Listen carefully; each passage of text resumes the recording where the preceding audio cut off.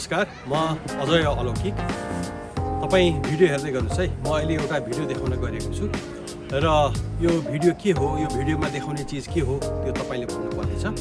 र यहाँलाई थाहा नै छ, चीनमा घोडा वर्ष आरम्भ भएको छ र घोडा वर्षको आरम्भ सँगसँगै यो बसन्त चाड र लालटिन पर्व पनि मनाइसकेको छ र यस क्रममा चीन झिलिमिली हुने नै भइहाल्यो र साथसाथै यो समयमा एउटा लालटिन झुन्डाउने, लालटिन सजाउने गरिन्छ र म तपाईलाई चाहिँ यो लालटिनको यो एउटा यो भिडियो देखाउन गएको छु। यो लालटिन चाहिँ के आकारको छ तपाईले भन्नुपर्छ र म तपाईलाई अप्सन पनि दिन्छु है त।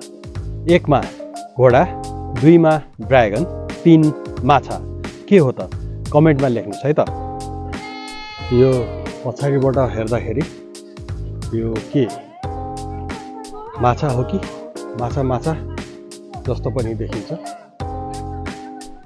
यसको यहाँ शरीर पनि माछा जस्तो लाग्छ।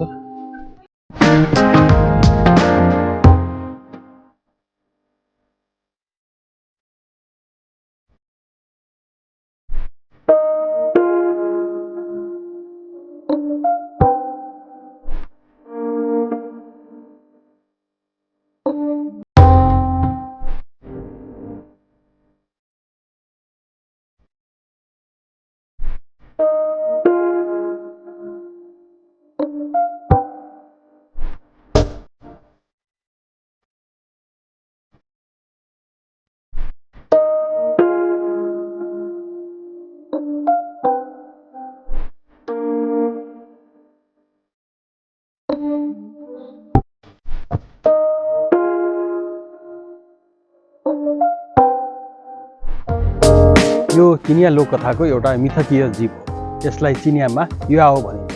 चिनिया प्राचीन साहित्यमा यसबारे धेरै चर्चा गरेको पाइन्छ। यसलाई ड्रागनको टाउको र कछुवा वा माछाको शरीर भएको प्राणीको रूपमा वर्णन गरेको छ।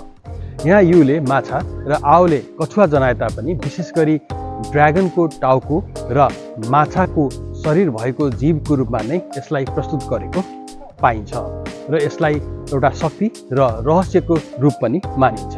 किंवदन्ती अनुसार यो कार्प माछाले यो ड्रागन गेटमा ड्रागन बन्ने प्रयास गर्दा समुद्रमा ड्रागन मोती निलेका थिए, जसको परिणाम स्वरूप उनीहरूको यस्तो हाइब्रिड प्राणीको रूपमा रूपान्तरण भएको मानिन्छ। हजुर, यहाँले बुझ्नुभयो नि, यो घोडा हो कि ड्रागन हो कि माछा हो भनेर मैले सोधेको थिएँ। यो चाहिँ ड्रागन र माछाको एउटा हाइब्रिड रूप रहेको छ, जसलाई चाहिँ युआओ भनिन्छ।